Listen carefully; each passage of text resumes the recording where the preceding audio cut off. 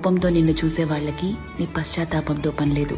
వీళ్లే కాదు, నీ చుట్టూ ఉన్న ఇంకో 100 మంది నిన్ను 100 రకాలుగా చూడొచ్చు. వాళ్ళందరూ వాళ్ల లోపల ఉన్న ఎమోషన్తోనే నిన్ను చూస్తారు. నిన్నుగా చూడగలిగేది ఆ పైవాడి తర్వాత నువ్వు మాత్రమే.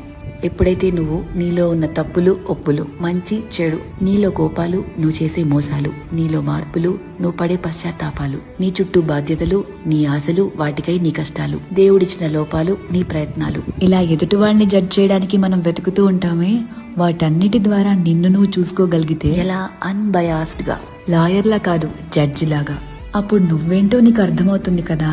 అదే సెల్ఫ్ అవేర్నెస్ అంటే. సెల్ఫ్ అవేర్నెస్ నీకు చాలా ప్రశాంతతనిస్తుంది.